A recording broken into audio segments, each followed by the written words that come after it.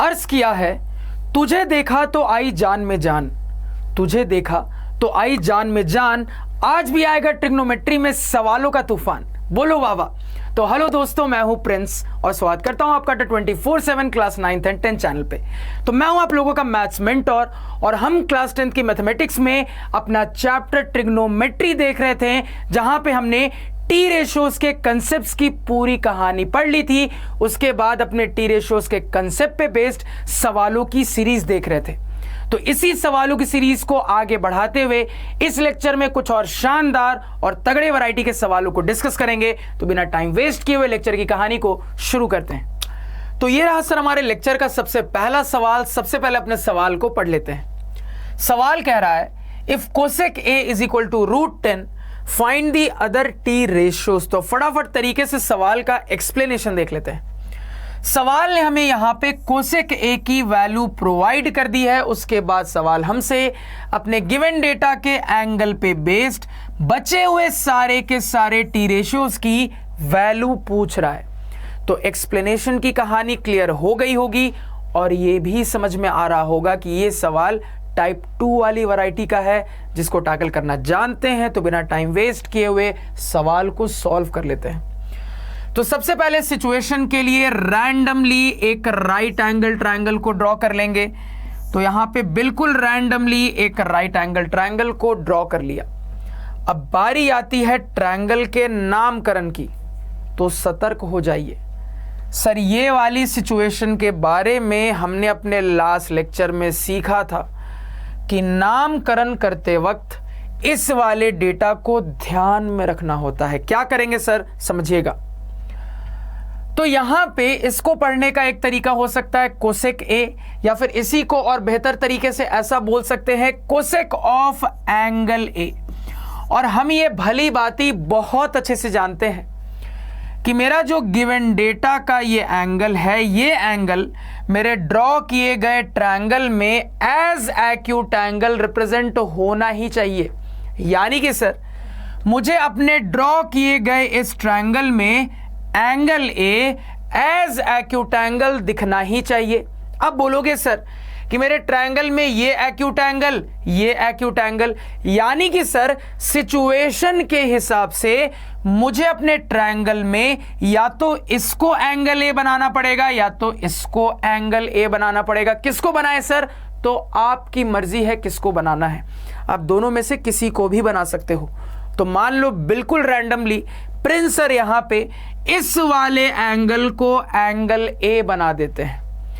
तो ये angle A तब बनेगा सर जब ये वाला वर्टेक्स ए हो जाएगा सर। तो अब सिचुएशन के हिसाब से हमने यहां पे अपने नामकरण की इंपॉर्टेंट चीज को हाईलाइट कर लिया। अब इसके अराउंड अपने ट्रायंगल का नाम कुछ भी बिल्ड कर सकते हैं। आप चाहो तो ट्रायंगल ABC बोल दो, आप चाहो ट्रायंगल AYZ बोल दो, आप चाहो ट्रायंगल AXZ बोल दो, आप चाहो आप ट्रायंगल APQ बोल दो।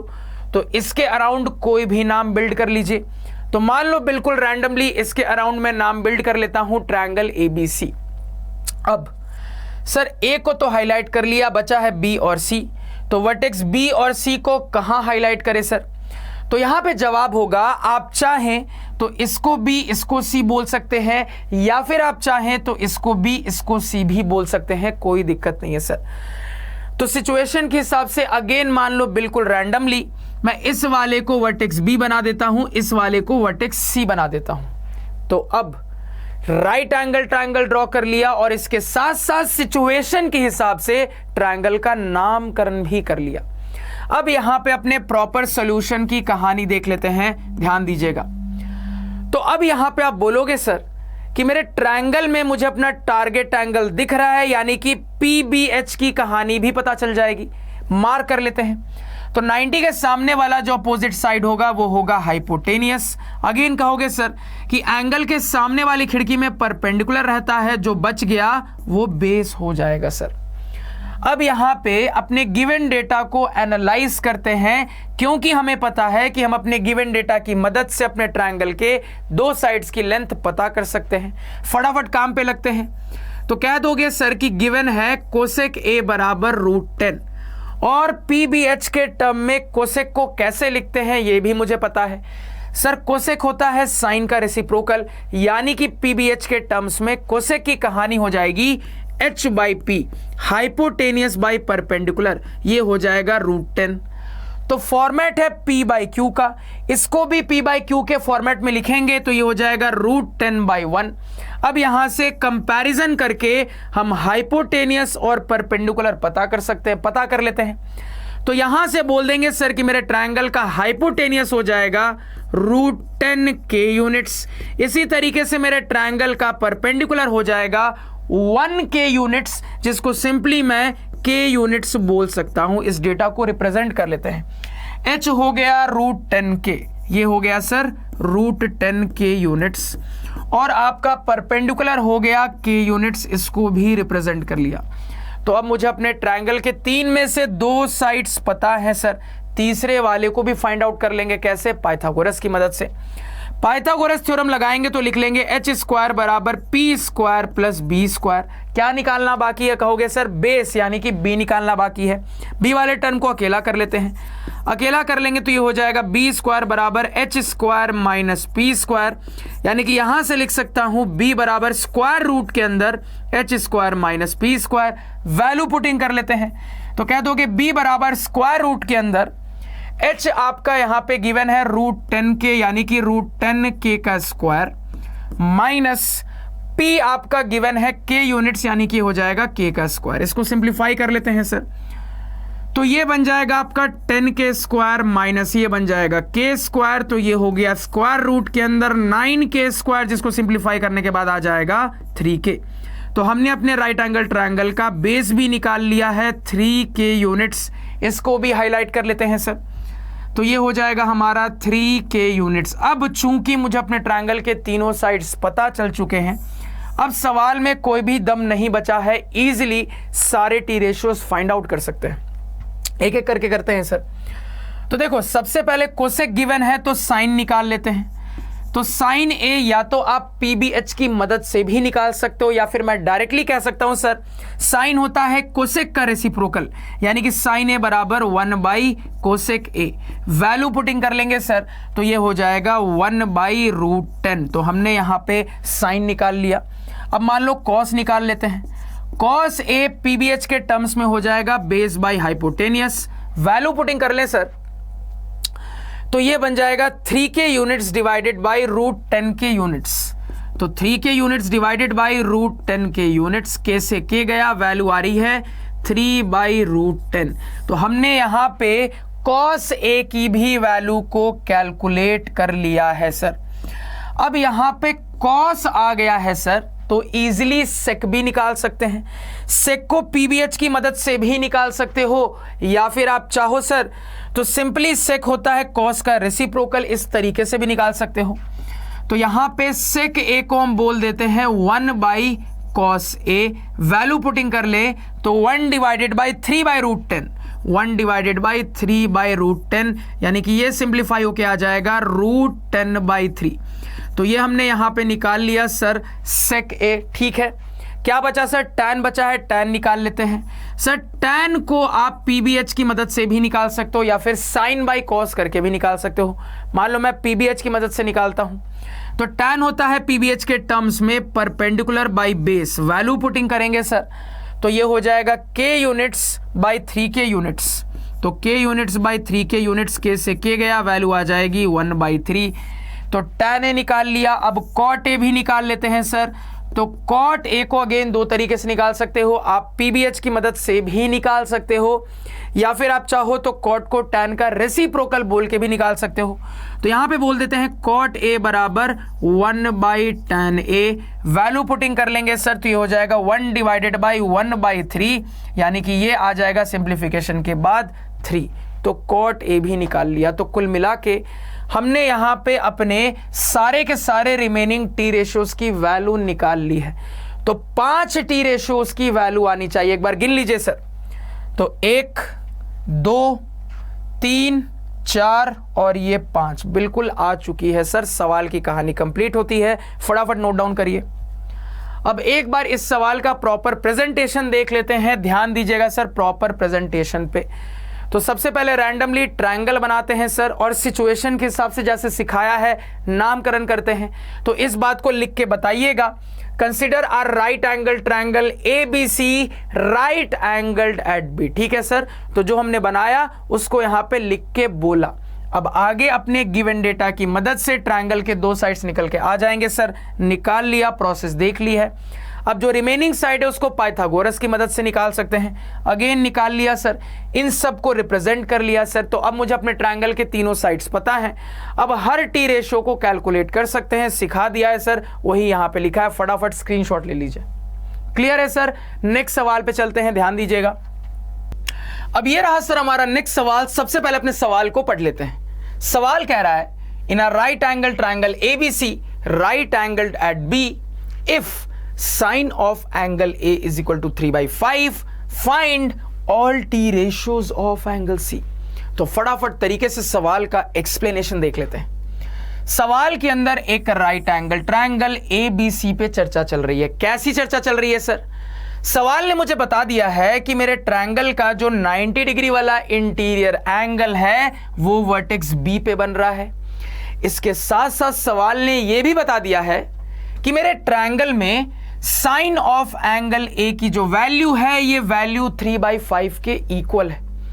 अब इतनी जानकारी प्रोवाइड करने के बाद सवाल हमसे अपने इसी ट्रायंगल के लिए एंगल C पे बेस्ड सारे के सारे टी रेशियोज की वैल्यू पूछ रहा है। तो एक्सप्लेनेशन की कहानी सभी को क्लियर हुई, बिल्कुल क्लियर हो रही होगी, और वैरायटी का भी अंदाजा लग रहा होगा।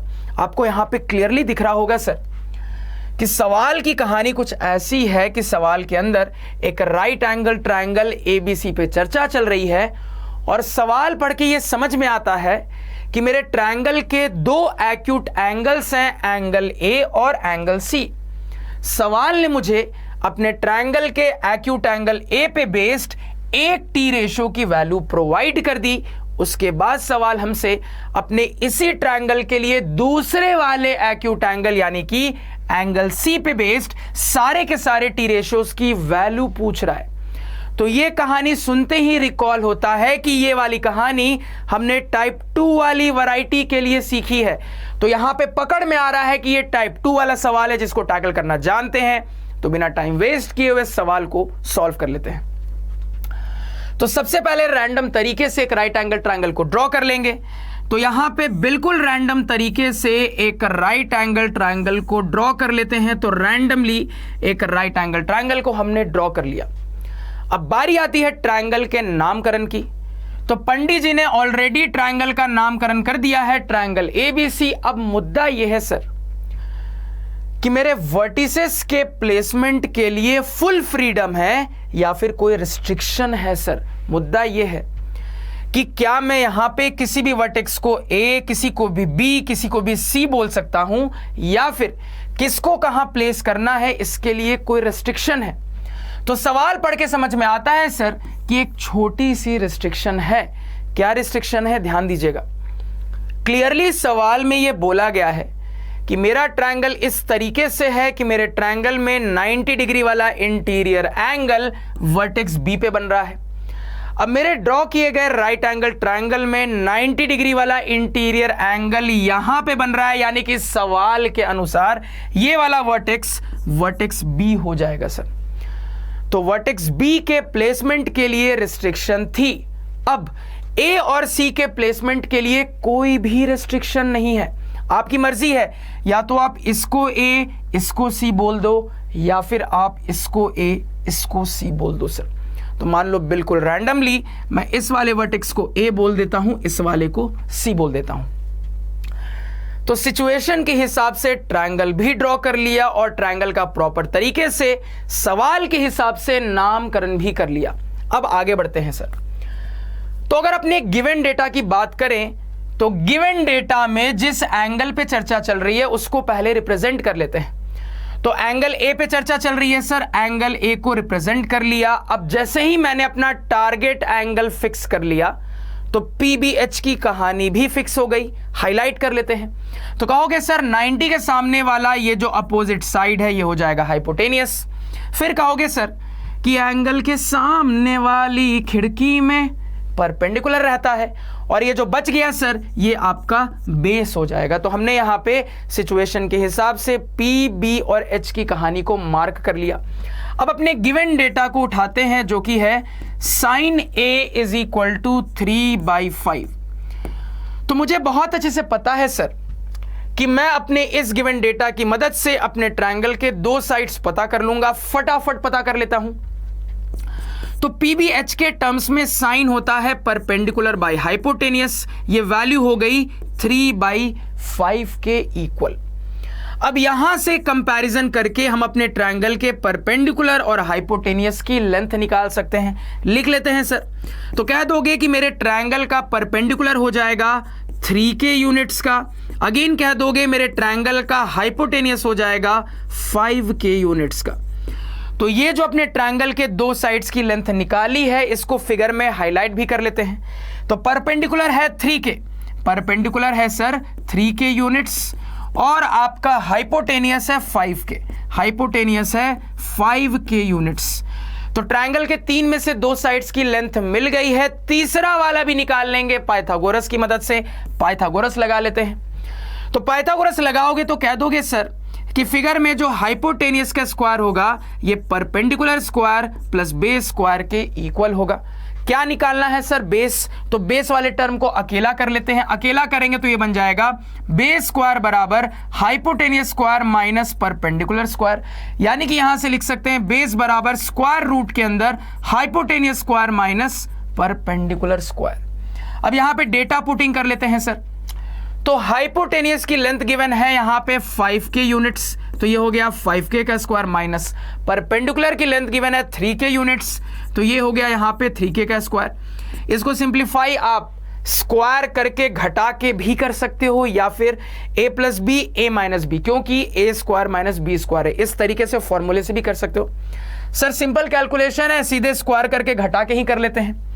तो ये आपके पास हो जाएगा सर 5k का स्क्वायर यानी कि 25k स्क्वायर माइनस 3k का स्क्वायर यानी कि 9k स्क्वायर, ये आ जाएगा निकल के 25k square minus 9k square यानी कि 16k स्क्वायर, ये निकल के आ जाएगा सर आपका 16k स्क्वायर, जिसको सिंप्लीफाई करेंगे तो ये बन जाएगा 4k यूनिट्स। तो हमने यहां पे क्या निकाल लिया है सर? अपने ट्रायंगल के लिए बेस की भी लेंथ निकाल ली है जो कि आ रही है 4k यूनिट्स। इसको भी हाईलाइट कर लेते हैं। तो बेस आ गया 4k यूनिट्स। इतना समझने में किसी को कोई दिक्कत, कोई दुविधा, कोई परेशानी नहीं होनी चाहिए। अब एक बार ट्रायंगल के तीनों साइड्स मिल गए, अब दुनिया भर की कोई भी चीजें पूछी जाए इजीली कैलकुलेट कर सकते हैं सर। तो यहां पे आगे की कैलकुलेशन के लिए स्क्रीन को क्लियर कर लेंगे। कुछ लिखना है, स्क्रीनशॉट लेना है तो फटाफट ले लीजिए, थोड़ी देर साइड हो जाता हूं। क्लियर है सर? आगे बढ़ते हैं। अब ध्यान से सुनना। तो मजेदार बात यह है सर कि इस सवाल में अब मुझे अपने एंगल ए से रिलेटेड, अपने एंगल ए पे बेस्ड बचे हुए सारे टी रेशियोज नहीं निकालने हैं, मुझे दूसरे वाले एक्यूट एंगल के लिए काम करना है, मुझे एंगल सी के लिए काम करना है। नहीं कर सकते हैं क्या? बिल्कुल कर सकते हैं सर। एक बार ट्रायंगल के साइड्स की लेंथ मिल गई, अब किसी भी एक्यूट एंगल के लिए इजीली बात कर सकते हैं बिना कोई दिक्कत के। तो बात कर लेते हैं सर, ध्यान से यहां पे सुनिएगा। अब देखो, तो सिचुएशन के हिसाब से टारगेट एंगल आपका बदल जाएगा। तो टारगेट एंगल है सिचुएशन के हिसाब से एंगल सी, तो एंगल सी को यहां पे हाईलाइट कर लिया। अब टारगेट एंगल बदला है तो आपको बहुत अच्छे से पता है सर पीबी की कहानी भी बदल जाएगी। बदल देते हैं। तो यहां पे सिचुएशन के हिसाब से एच तो वही रहेगा सर, एच में कोई चेंज नहीं होगा, पीबी की कहानी बदल जाएगी। तो पीबी की कहानी क्या बोल दोगे? कह दोगे सर एंगल के सामने वाली खिड़की में परपेंडिकुलर रहता है, जो बच गया वो बेस हो गया। अब देखो, तो एंगल सी के लिए मुझे यहां पे बात करनी है सर। एंगल सी के लिए सारे टी रेशियोज निकालने हैं, बारी बारी से निकालते हैं। सबसे पहले कह दोगे साइन ऑफ एंगल सी, यानी कि साइन सी क्या हो जाएगा? पीबीएच के टर्म में होता है sir perpendicular by hypotenuse. Value putting करते हैं। तो परपेंडिकुलर हो गया 4k units divided by hypotenuse हो गया 5k यूनिट्स। के से के गया, वैल्यू आ रही है 4/5। साइन निकाल लिया सर। कोसेक निकाल लेते हैं। कह दोगे सर कोसेक सी बराबर, आप चाहो तो पीबीएच की मदद से भी निकाल सकते हो या फिर आप ऐसा भी कर सकते हो कि कोसेक होता है साइन का रेसिप्रोकल, यानी कि कोसेक बराबर कोसेक सी बराबर हो जाएगा 1/sin c। वैल्यू पुटिंग कर लेते हैं तो 1 डिवाइडेड बाई 4/5, यानी कि ये बन जाएगा 5/4। ठीक है सर। अब कॉस निकाल लेते हैं तो कॉस ऑफ एंगल सी क्या हो जाएगा सर, पीबीएच के टर्म्स में हो जाएगा base by hypotenuse. Value putting करते हैं तो ये हो जाएगा 3k/5k, ये हो जाएगा sir 3k units by 5k units, के से के गया, वैल्यू आ रही है 3/5। अब कॉस के बाद मान लो सेक निकाल लेते हैं सर, क्या दोगे, सेक सी इज इक्वल टू, आप चाहो तो पीबीएच की मदद से भी निकाल सकते हो या फिर सेक कॉस का उल्टा होता है इससे भी निकाल सकते हो।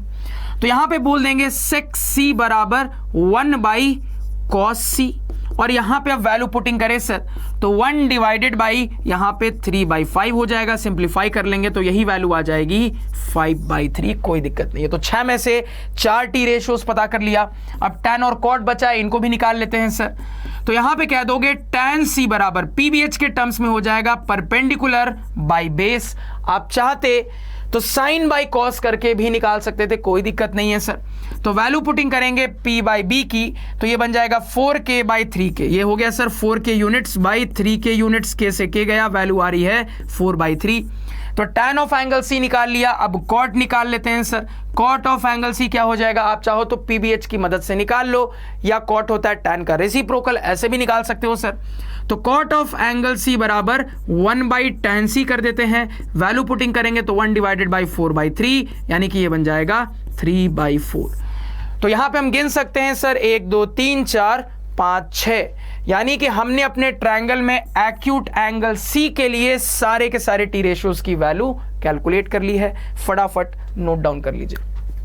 ठीक है सर, कहानी सभी को समझ में आनी चाहिए यहां पे। अब इसी का प्रॉपर प्रेजेंटेशन देख लेते हैं, ध्यान से सुनना। अब ये रहा सर प्रेजेंटेशन का तरीका, ध्यान से सुनिएगा। तो इस सिचुएशन के लिए हम ऑलरेडी सीख के आ रहे हैं सर कि आंसर प्रेजेंटेशन के लिए हम 2 तरीकों का इस्तेमाल कर सकते हैं। सबसे पहले तरीका नंबर 1, सर सवाल की सिचुएशन कुछ ऐसी है कि 2 एक्यूट एंगल्स ए और सी पे चर्चा हो रही है, यानी कि अपने सॉल्यूशन में हम 2 बार राइट एंगल ट्रायंगल को ड्रॉ करेंगे, क्योंकि मेरे 2 एंगल्स के हिसाब से दोनों ट्रायंगल में पीबीएच की कहानी अलग अलग होगी।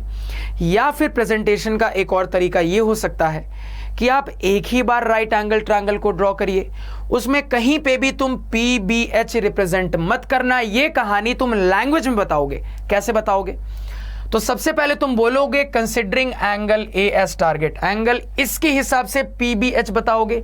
अगेन बाद में आप बोलोगे कि considering angle C S target angle, इसके हिसाब से पीबीएच बताओगे।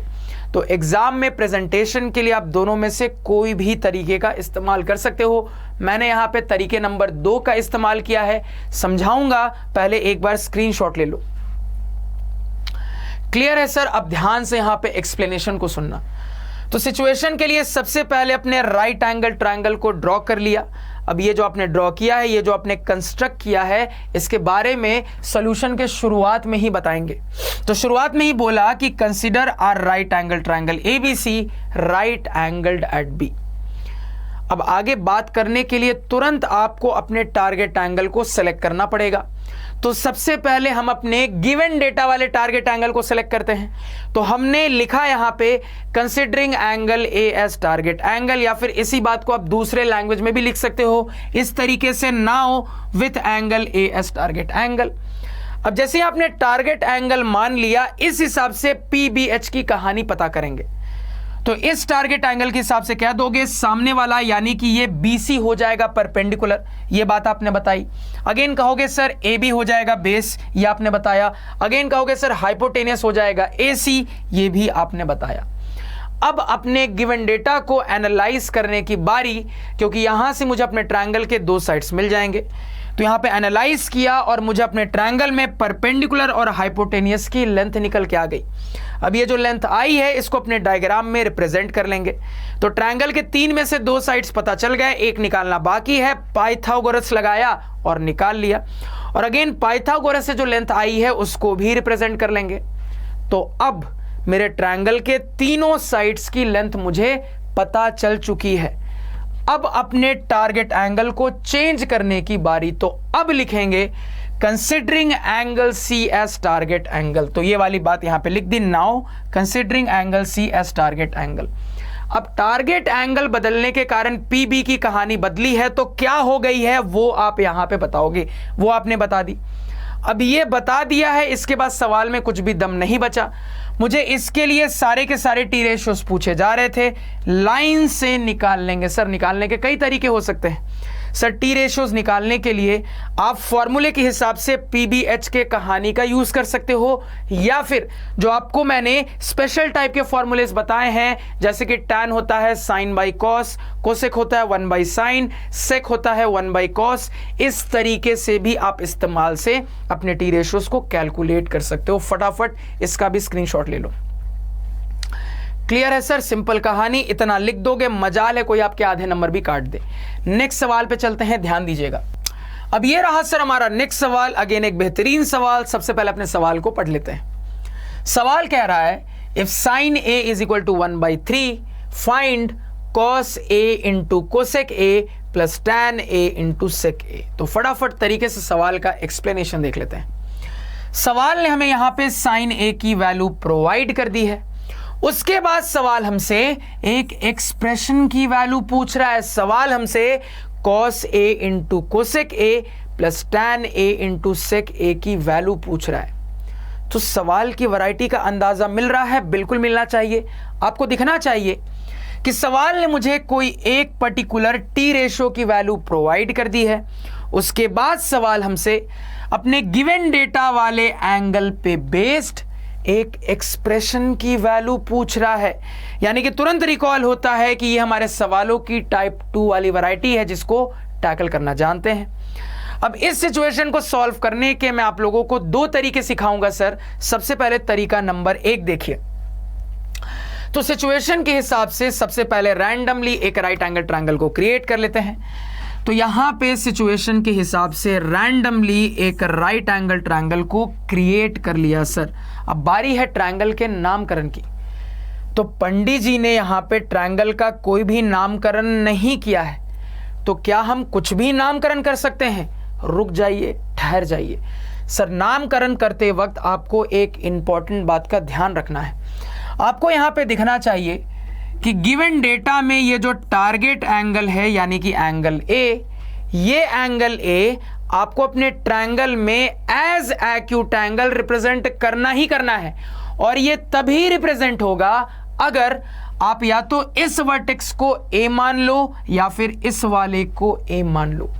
तो दोनों में से किसको मानना है ये आपकी मर्जी है। मान लो मैं रैंडमली इस वाले को ए मान लेता हूं, तो अब मेरे ट्रायंगल में मुझे एंगल ए दिख रहा है सर, कोई दिक्कत नहीं है। तो अब आप इसके अराउंड ट्रायंगल का कोई भी नाम बिल्ड कर सकते हो। आप ए एक्स वाई कर लो, ए वाई जेड कर लो, ए पी क्यू कर लो, ए एक्स सी कर लो, कुछ भी नाम इसके अराउंड बिल्ड कर सकते हो। तो मान लो मैं रैंडमली इसके अराउंड सिंपल सा नाम बिल्ड करता हूं, ट्रायंगल ए बी सी। तो अब यहां पे मुद्दा यह है सर कि ए की प्लेसमेंट तो मिल गई, बी और सी को कहां प्लेस करें? बी यहां, सी यहां, या फिर बी यहां, सी यहां। तो आपकी मर्जी है। अगेन आप चाहो तो यहां भी यहां सी रख सकते हो, या फिर आप चाहो तो यहां भी यहां सी भी रख सकते हो सर। तो मान लो रैंडमली मैं इस वाले वर्टेक्स को बी बना देता हूं, रैंडमली इस वाले को सी बना देता हूं। तो ट्रायंगल बना लिया, ट्रायंगल का नामकरण भी कर लिया और गिवन डेटा वाले टारगेट एंगल को रिप्रेजेंट भी कर लिया। तो इस हिसाब से पीबीएच की कहानी भी रिप्रेजेंट कर सकते हैं। तो क्या दोगे? 90 के सामने वाला ये हाइपोटेनियस हो जाएगा, एंगल के सामने वाली खिड़की में परपेंडिकुलर रहता है, जो बच गया वो बेस हो जाएगा। तो अब अपने गिवन डेटा को एनालाइज करके ट्रायंगल के 2 साइड्स की लेंथ पता कर लेते हैं। तो मुझे गिवन है साइन ए बराबर 1/3। पीबीएच के टर्म्स में जानते हैं सर, साइन होता है परपेंडिकुलर बाय हाइपोटेनियस। ये वैल्यू हो गई 1/3। तो अब यहां से कंपेयर करके हम परपेंडिकुलर और हाइपोटेनियस कैलकुलेट कर सकते हैं। तो तुरंत यहां पे हम लिख देंगे सर कि मेरे ट्रायंगल का परपेंडिकुलर हो जाएगा 1 के यूनिट्स। तो 1 के यूनिट्स को मैं सिंपल लैंग्वेज में के यूनिट्स बोल सकता हूं। अगेन कह दोगे कंपैरिजन से कि मेरे ट्रायंगल का जो हाइपोटेनियस हो जाएगा वो हो जाएगा 3 के यूनिट्स। तो मैंने अपने ट्रायंगल के दो साइड्स परपेंडिकुलर और हाइपोटेनियस पता कर लिए हैं, इनको रिप्रेजेंट कर लेते हैं। परपेंडिकुलर हो जाएगा k यूनिट्स, तो रिप्रेजेंट कर लिया सर k यूनिट्स, और हाइपोटेनियस हो जाएगा 3k यूनिट्स, इसको भी यहां पे रिप्रेजेंट कर लिया। अब ट्रायंगल का बस बेस निकालना बाकी है, ये भी हम पाइथागोरस की मदद से निकाल सकते हैं, निकाल लेते हैं sir. Using Pythagoras theorem H square बराबर P square plus B square, निकालना है b, तो b वाले टर्म को अकेला कर लेंगे तो बी स्क्वायर बराबर H square minus P square हो जाएगा, यानी कि b बराबर स्क्वायर रूट के अंदर H square minus P square. Value putting कर लेते हैं सर, तो h है 3k, तो ये हो गया 3k का स्क्वायर माइनस p है आपका k, यानी कि हो जाएगा k स्क्वायर। इसको सिंप्लीफाई कर लेंगे तो रूट के अंदर 9k square minus k square, यानी रूट के अंदर 8k स्क्वायर, यानी कि ये वैल्यू आ जाएगी 2√2 इंटू k यूनिट्स। तो हमने यहाँ पे अपने ट्रायंगल के बेस के लेंथ को भी पता कर लिया, इसको भी रिप्रेजेंट कर लेते हैं यहाँ पे 2√2 k यूनिट्स। क्लियर है सर कहानी? अब एक बार ट्रायंगल के तीनों साइड्स पता चल गए हैं, अब कोई दिक्कत नहीं है, कुछ भी सवाल हो सॉल्व हो जाएगा। अब ध्यान दो, सवाल पे लौटते हैं। तो सवाल में हमें इस एक्सप्रेशन की वैल्यू निकालनी है। अब कहोगे सर इस एक्सप्रेशन की वैल्यू निकालने के लिए मुझे कॉस चाहिए, मुझे कोसेक चाहिए, मुझे टैन चाहिए, मुझे सेक चाहिए। ये चारों टी रेशियोज पहले निकाल लेते हैं सर, तभी तो सब्स्टिट्यूट करके वैल्यू निकालेंगे। तो सबसे पहले कॉस की बात करते हैं, तो कहोगे सर कॉस ए बराबर क्या हो जाएगा, तो पीबीएच के टर्म्स में जानते हैं कॉस होता है बेस बाय हाइपोटेनियस, यानी कि ये यहां पे आ जाएगा 2√2k डिवाइडेड बाई आपका 3k, k से k गया तो कॉस आ रहा है 2√2 डिवाइडेड बाई 3। ठीक है सर। अब इसके बाद कोसेक की बात कर लेते हैं, तो कोसेक ए क्या हो जाएगा कह दोगे सर? सिंपल लॉजिक से निकाल सकते हैं, पीबीएच से भी निकाल सकते हैं, या एक सिंपल लॉजिक से निकाल सकते हैं। साइन गिवन है, इसी का रेसिप्रोकल कोसेक होगा, तो इसी का रेसिप्रोकल डायरेक्टली लिख देता हूं सर, 1/3 का रेसिप्रोकल हो जाएगा 3, तो यहां पे कोसेक भी निकाल लिया। अब टैन की बारी सर, तो यहां पे टैन ए आप चाहो तो पीबीएच की मदद से भी निकाल सकते हो, या फिर साइन बाई कॉस भी करके निकाल सकते हो, जो आपको मर्जी सर। मान लो इस बार साइन बाई कॉस करके निकालते हैं, तो साइन है 1/3 डिवाइडेड बाई कॉस आपका आया है सर 2√2/3, तो इसको यहां पे सिंप्लीफाई कर देंगे तो ये बन जाएगा सर 1/2√2। कोई दिक्कत क्या नहीं होनी चाहिए सर। क्लियर है? टैन भी निकाल लिया। अब सेक निकालना है, सेक भी निकाल लेते हैं सर। तो सेक ए निकालना बहुत आसान है, आप पीबीएच की मदद से भी निकाल सकते हो, या सिंपली बोल दो सेक हो जाएगा कॉस का रेसिप्रोकल, तो यहीं पे रेसिप्रोकल कर लो। कॉस का रेसिप्रोकल कर दोगे तो ये आ जाएगा सर 3 डिवाइडेड बाई 2√2। कोई दिक्कत क्या नहीं होनी चाहिए, फटाफट पहले इतना नोट डाउन करो। अब थोड़ा सा बोर्ड क्लियर कर लेते हैं, क्योंकि एक्सप्रेशन की वैल्यू निकालनी है सर। थोड़ा सा बोर्ड क्लियर कर लेते हैं, ध्यान दीजिएगा यहां पे। तो बोर्ड क्लियर करने के बाद अब यहां पे मुझे अपने एक्सप्रेशन के लिए जितने टी रेशियोज के वैल्यू की जरूरत थी वो हमने पता कर ली है, तो वैल्यू पुटिंग कर सकते हैं। एक्सप्रेशन है यहां पे cos A into cosec A plus tan A into sec A. ठीक है सर, ध्यान से सुनिएगा। तो यहां पे अगर वैल्यू पुटिंग करें तो कहानी कुछ इस प्रकार हो जाएगी।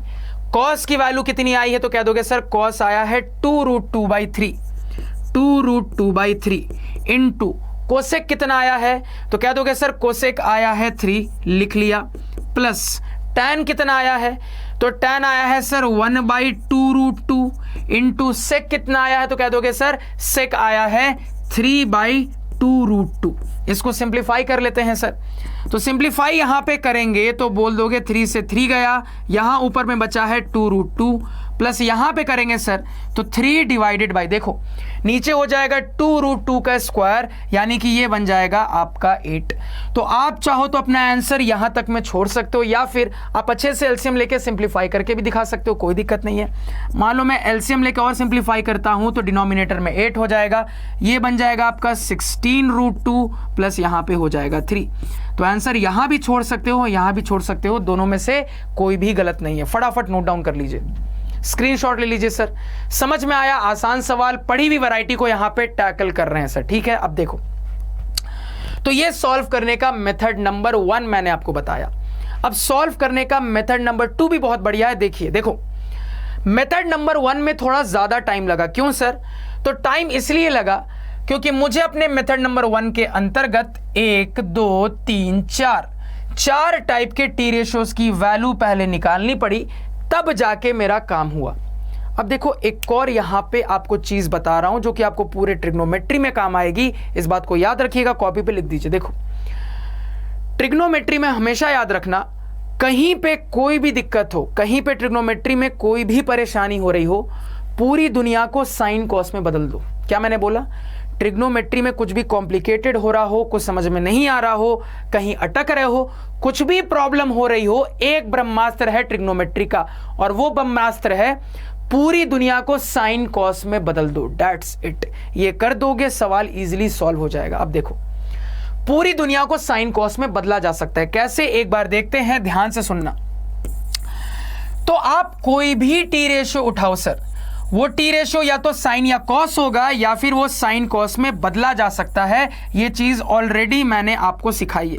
एक झलक इसकी देख लेते हैं। देखो, आपके पास साइन है, आपके पास कॉस है, अच्छी बात है। मान लो आपके पास कोसेक हो, तो कोसेक आपको पता है साइन का रेसिप्रोकल होता है, दुनिया साइन कॉस में बदली।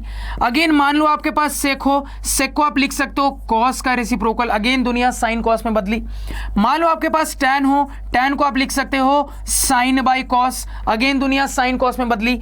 मान लो आपके पास कॉट हो, कॉट होता है टैन का रेसिप्रोकल, जो कि अल्टीमेटली बन जाएगा कॉस बाई साइन, फिर से दुनिया साइन कॉस में बदली। तो याद रखिएगा सर, हर एक टी रेशो साइन कॉस में बदला जा सकता है। तो कभी भी ट्रिग्नोमेट्री में किसी भी प्रकार की दिक्कत हो, पूरी दुनिया साइन कॉस में बदल दो, इजीली सॉल्व हो जाएगा। तो आप ये लॉजिक यहां पे भी लगा सकते हो सर। तो यहां पे अगर ये लॉजिक लगाएंगे सर, तो थोड़ा सा टाइम बचेगा, क्योंकि अगर आपने पूरी दुनिया को साइन कॉस में बदल दिया, मतलब आपको कुल मिला के बस 2 वैल्यू पता होनी चाहिए, साइन की, कॉस की। क्योंकि ये पता है और पूरी दुनिया को तुम साइन कॉस में बदल दोगे, तो कोई भी एक्सप्रेशन हो आप इजीली वैल्यू निकाल दोगे। तो सबसे पहले इस एक्सप्रेशन की दुनिया को साइन कॉस में बदलते हैं। देखो, तो इस एक्सप्रेशन की बात कर लें और इसको डायरेक्टली अगर मैं साइन कॉस में बदलूं, तो ये आपके पास है, ध्यान से सुनना, cos A into, sir cosec को लिख सकते हैं हम 1 बाई साइन ए, कोई दिक्कत नहीं है सर। आगे देखिए, प्लस टैन को लिख सकते हैं sir sine A by cos A, again देखिए इंटू सेक को लिख सकते हैं 1 बाई कॉस ए। तो पूरी दुनिया तुमने साइन कॉस में बदल दी है, बस तुमको वैल्यू पुटिंग करनी है साइन कॉस की। यानी इस मेथड का फायदा यह है सर कि आपके बस 2 टी रेशो से आपका पूरा काम हो जाएगा। सिर्फ साइन कॉस आपको पता है, पूरा काम हो जाएगा सर। तो वैल्यू पुटिंग करें यहां पे, तो कॉस निकाल लिया था, कॉस है 2√2/3, तो 2√2/3 देखो यहां पे इंटू 1 बाई साइन, तो साइन है 1/3, ध्यान से देखना, साइन है 1/3, तो 1 बाई साइन क्या हो जाएगा 1/1/3, यानी कि इंटू 3 निकाल लिया सर। आगे देखो, प्लस सर साइन है 1/3 डिवाइडेड बाई कॉस है आपका 2√2/3, ठीक है सर, इसको लिख लिया, इंटू 1 बाई कॉस, तो 1 बाई कॉस करोगे तो ये बन जाएगा 3 डिवाइडेड बाई 2√2, कोई दिक्कत नहीं है सर। तो इसको अगर सिंप्लीफाई करें, 3 से 3 गया, यहां पे आ रहा है 2√2, यहां पे सिंप्लीफाई करेंगे, ये से कट जाएगा, ये आ जाएगा आपके पास, यहां पे ध्यान से देखना 1 बाई 2√2, ये सिंप्लीफाई होके इतना आया, और ये ऑलरेडी है इंटू 3 बाई 2√2। तो अगेन आपको दिख रहा होगा, आप उसी स्टेज पे पहुंच रहे हो, सेम आंसर आएगा। फटाफट कहानी को नोट डाउन कर लीजिए, थोड़ा सा साइड हो जाता हूं। क्लियर है सर, मजा आया? तो यहां पे दोनों में से कोई भी अप्रोच आप एग्जाम में ले सकते हो, और ये जो आपको ब्रह्मास्त्र मैंने दिया है, ये पूरी ट्रिग्नोमेट्री में याद रखना, ट्रिग्नोमेट्री में कोई भी समस्या हो, जैसे जीवन में कोई भी समस्या होती है तो हनुमान जी को स्मरण करते हैं, उसी तरीके से जीवन में कोई भी समस्या हो, आपके ट्रिग्नोमेट्री में कोई भी समस्या हो, तुरंत पूरी दुनिया साइन कॉस में बदल दो, आपका काम जरूर हो जाएगा सर। ये एक लॉजिक है, ट्रिक है, इसको याद रखना। बाकी इस ट्रिक को जरूरत पड़ने पे कहां और कैसे इस्तेमाल करना है ये हम आगे बढ़ते हुए और अच्छे से सीखते चलेंगे सर। क्लियर है? अब इसी चीज का प्रॉपर प्रेजेंटेशन देख लेते हैं। तो प्रेजेंटेशन पे एक बार नजर फेरिएगा।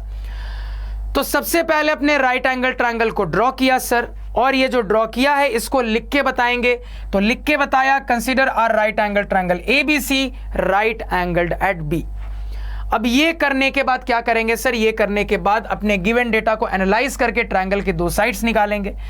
तो एनालाइज करके ट्रायंगल के साइड्स परपेंडिकुलर और हाइपोटेनियस की लेंथ निकाली, इन लेंथ को डायग्राम में रिप्रेजेंट किया।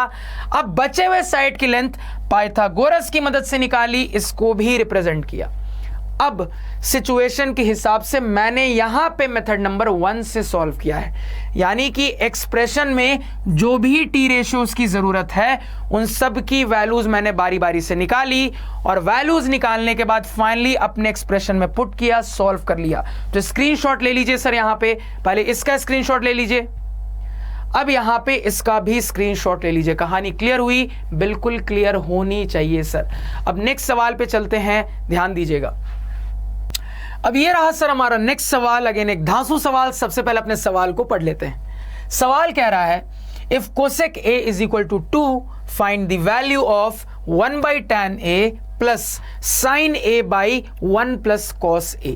तो फटाफट तरीके से सवाल का एक्सप्लेनेशन देख लेते हैं। सवाल ने हमें कोसेक A की वैल्यू प्रोवाइड कर दी है, उसके बाद सवाल हमसे इस एक्सप्रेशन की वैल्यू पूछ रहा है। सवाल हमसे 1/tan A plus sine A by 1 plus cos A की वैल्यू पूछ रहा है। तो एक्सप्लेनेशन की कहानी सभी को क्लियर हुई, बिल्कुल क्लियर हो गई होगी, और ये भी समझ में आ रहा होगा कौन सी वैरायटी है। तुरंत कहोगे सर कि सवाल इस तरीके से है कि हमें कोई एक पर्टिकुलर टी रेशियो की वैल्यू प्रोवाइड कर दी गई है, उसके बाद सवाल अपने गिवन डेटा के एंगल पे बेस्ड एक एक्सप्रेशन की वैल्यू पूछ रहा है। तो तुरंत समझ में आता है टाइप 2 वाली वैरायटी है, जिसको सॉल्व करना जानते हैं तो बिना टाइम वेस्ट किए हुए सॉल्व कर लेते हैं सर।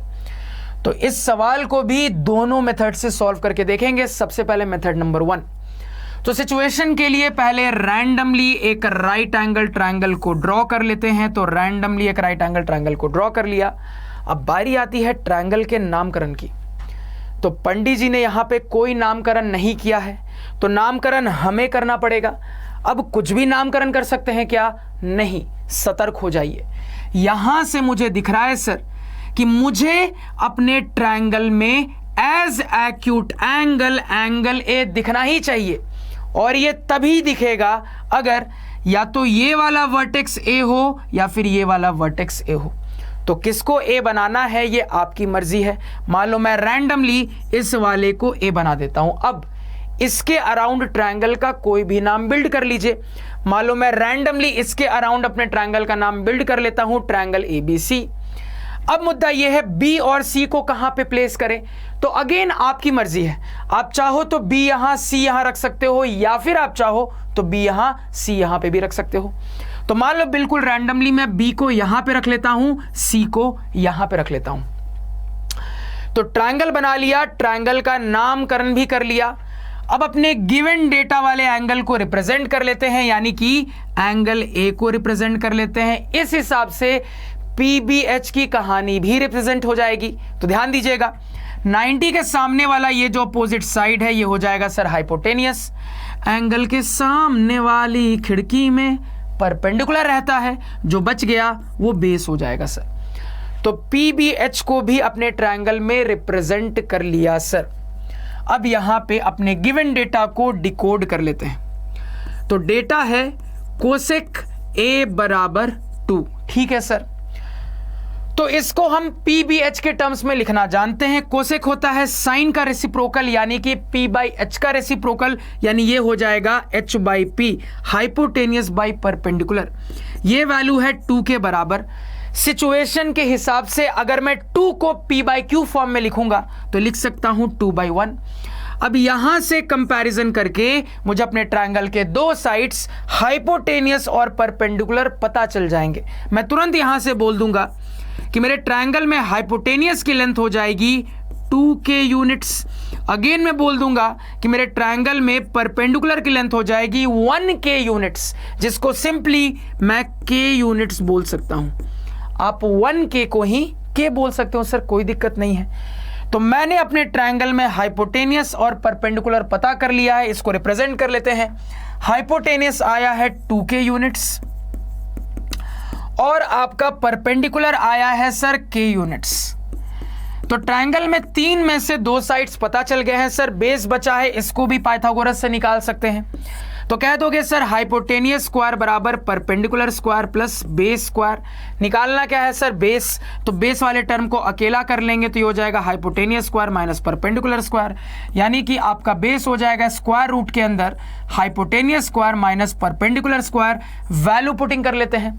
स्क्वायर रूट के अंदर h के बदले 2k डालेंगे तो ये हो जाएगा 2k का स्क्वायर, माइनस p की वैल्यू डालेंगे तो ये हो जाएगा k का स्क्वायर।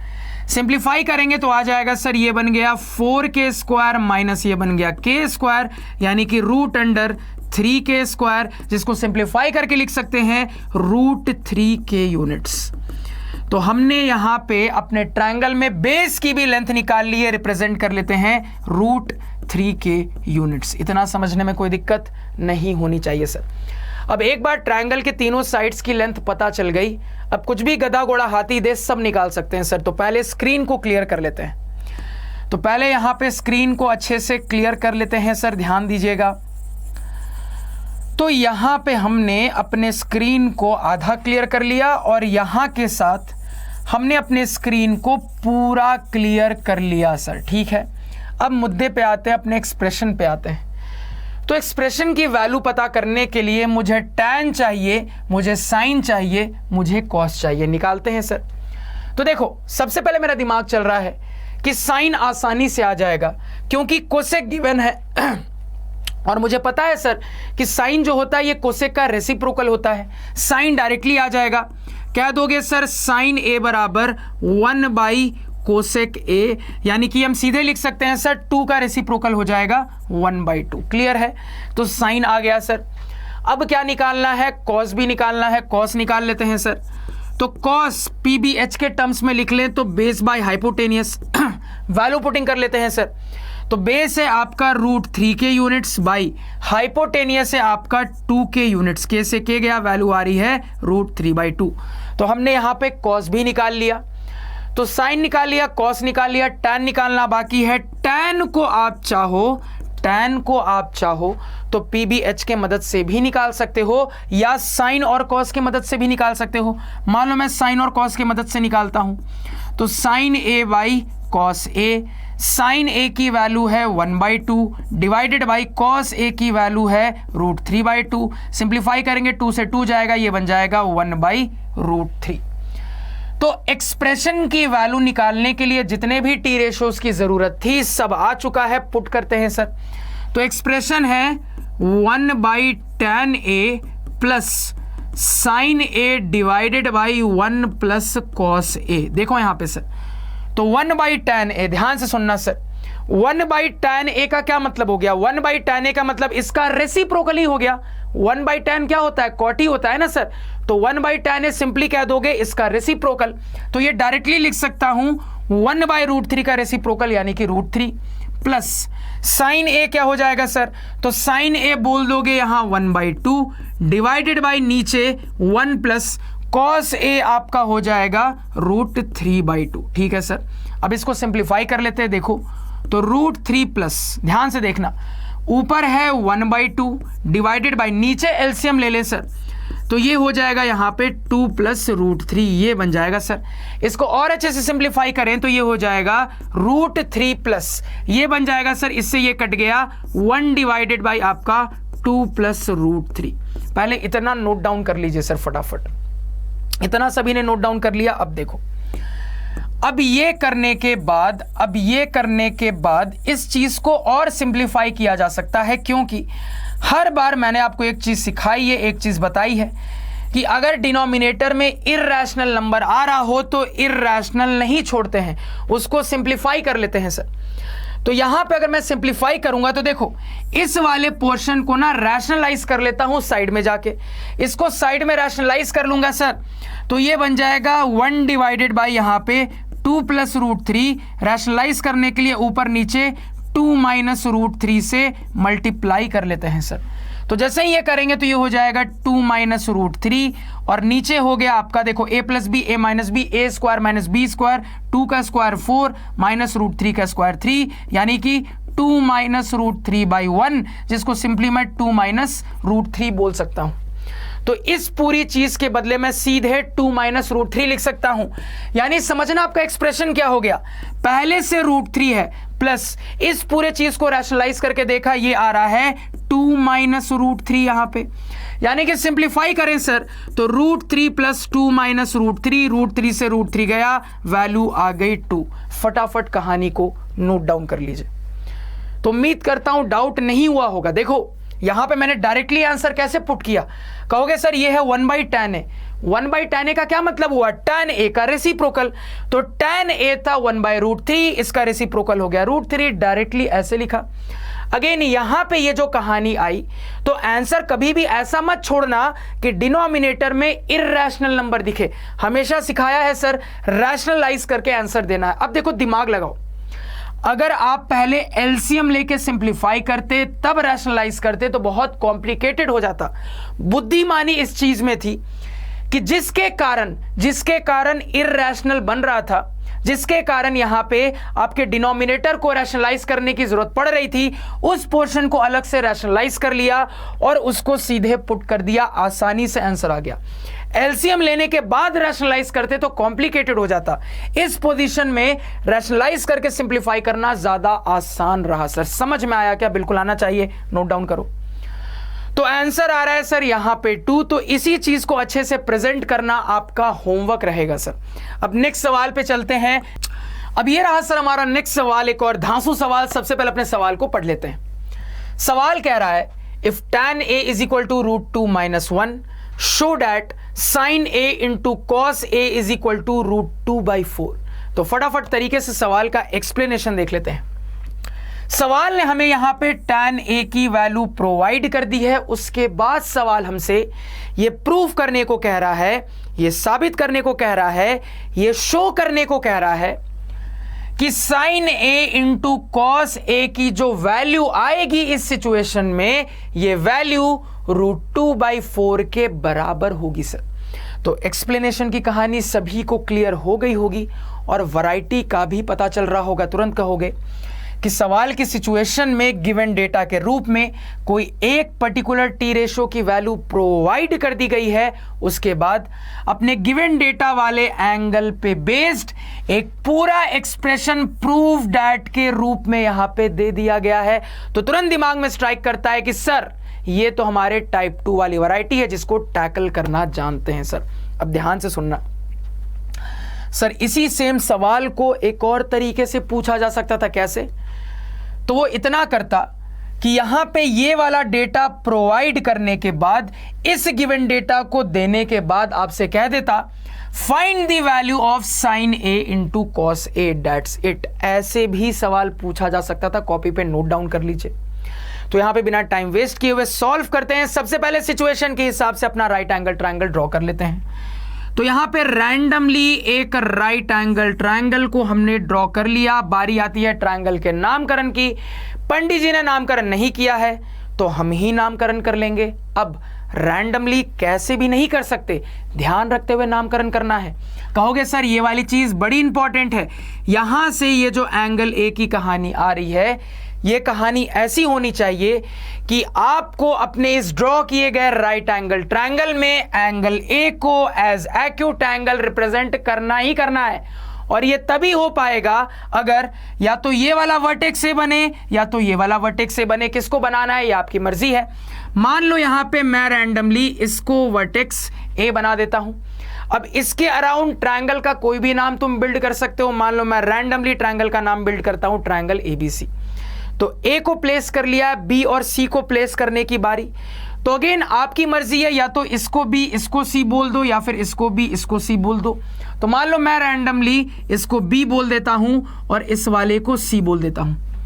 तो ट्रायंगल बना लिया, ट्रायंगल का सिचुएशन के हिसाब से नामकरण भी कर लिया।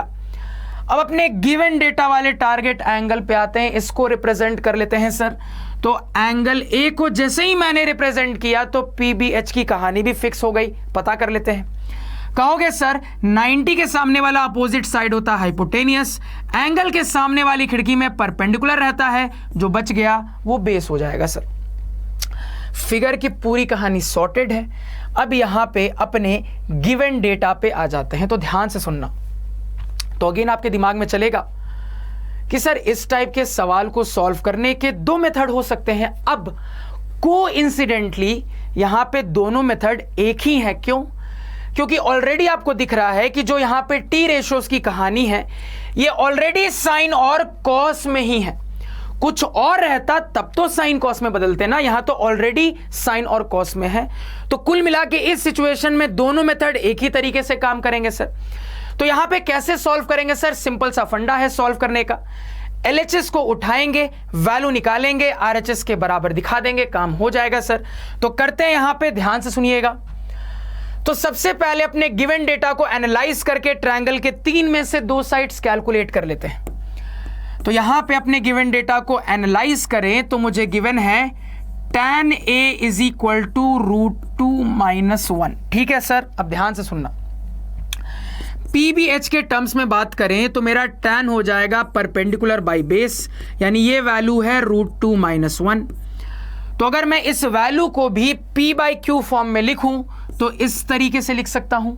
अब यहां पे कंपैरिजन करके अपने ट्रायंगल के परपेंडिकुलर और बेस की लेंथ पता कर लेंगे। तुरंत कह दोगे सर कि परपेंडिकुलर की लेंथ हो जाएगी √2 - 1 k यूनिट्स। ध्यान से सर, इतना इंटू k यूनिट्स।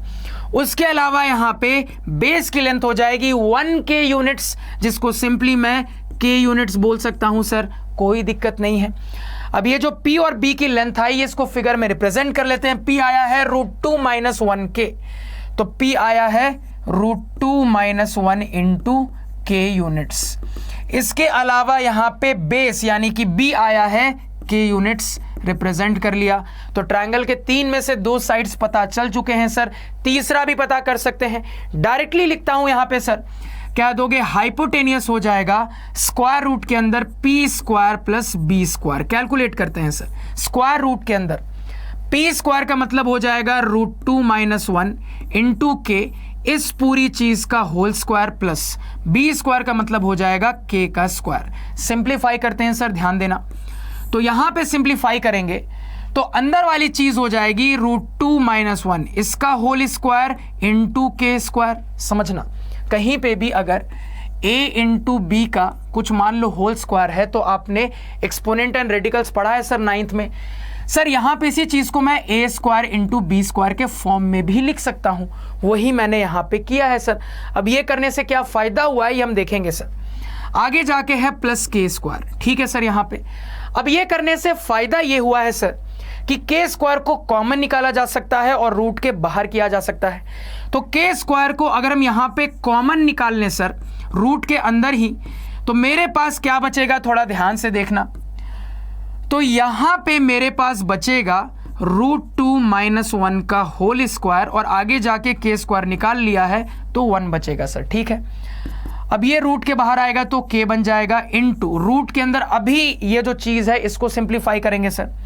तो ये अंदर वाली चीज है √2 - 1 का होल स्क्वायर प्लस 1, इसको सिंप्लीफाई करना है सर। सिंप्लीफाई करते हैं, इसको साइड में सिंप्लीफाई कर लेते हैं, आसान रहेगा सर। तो रूट के अंदर देखो यहां पे ध्यान से सर, a - b के होल स्क्वायर का फॉर्मेट, तो ये हो जाएगा a² यानी कि √2 का स्क्वायर यानी कि 2, प्लस b² यानी कि 1 का स्क्वायर यानी कि 1, इसके बाद -2ab, तो 2 इंटू √2 इंटू 1, तो ये हो गया 2√2, और आगे जाके क्या है फिर +1 है सर। आगे जाके क्या है? +1 है। तो यहां पे थोड़ा सा ध्यान दीजिए। तो ये यहां पे हो जा रहा है सर, देखो 2 + 1 3 + 1 4, रूट के अंदर 4 - 2√2, ये यहां पे हो जा रहा है रूट के अंदर 4 - 2√2। क्लियर है सर कहानी? बिल्कुल क्लियर होनी चाहिए। तो जो यहाँ पे आ रहा है लिख लेते हैं, k इंटू रूट के अंदर यहाँ पे हो जाएगा 4 माइनस 2√2। इसको हमने यहाँ पे इजीली लिख लिया है सर। अब क्या करते हैं, इसी को यहाँ पे रिप्रेजेंट कर लेते हैं क्योंकि यही हाइपोटेनियस निकालना था सर। तो ये हो गया k रूट के अंदर यहाँ पे 4 माइनस 2√2, ये यहाँ पे हम लिख सकते हैं बिना किसी दिक्कत के। ये सभी को क्लियर है? बिल्कुल क्लियर होना चाहिए सर। तो ये यहाँ पे लिखने के बाद अब सवाल में कुछ दम बचा है नहीं सर, इसको कैलकुलेट कर सकते हैं, कैलकुलेट कर लेते हैं। तो ये पूरा डेटा रिप्रेजेंट हो चुका है सर। तो यहाँ पे अपने LHS को उठा के देखते हैं। तो अगर अपने LHS को उठा लें सर, अगर अपने LHS को उठा लें सर, तो यहाँ पे है LHS बराबर है sine A into cos A। ठीक है सर। तो साइन A क्या हो जाएगा? साइन A हो जाएगा sir perpendicular by hypotenuse into cos A क्या हो जाएगा? Base by hypotenuse. देखो अब दोनों काम कर सकते थे, आप अलग से पहले साइन A कॉस A निकाल लेते फिर पुट करते, या सीधे LHS में पुट कर दो, कोई दिक्कत नहीं है।